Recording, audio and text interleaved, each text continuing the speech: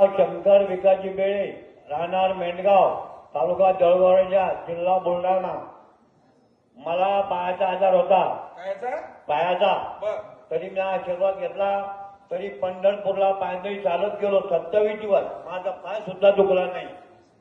त्यानंतर दुसरा अनुभव, एका 15वीची घटना आहे. माझा हा हात असा असा हलू लागला तर आमच्या खटल्यानं सुभाष बाबाच्या अंगाला लावला तर तो हात कसा हलायचा? असा असा हलू लागला. कसा कसा कसा कसा कसा असा हात हलू लागला. असा असा असा हलू लागला. हा असा तुमच्या जाग्यात.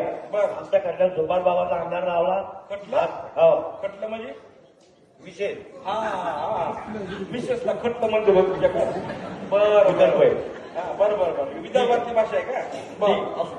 त्यानंतर घरून माणूस दुःखात येतो आणि मलकापूरचा आठवण झालं म्हणजे माणूस हसत जातो. ही बाबाची कृपा. टाळ्याच्या गजरात स्वागत करूया.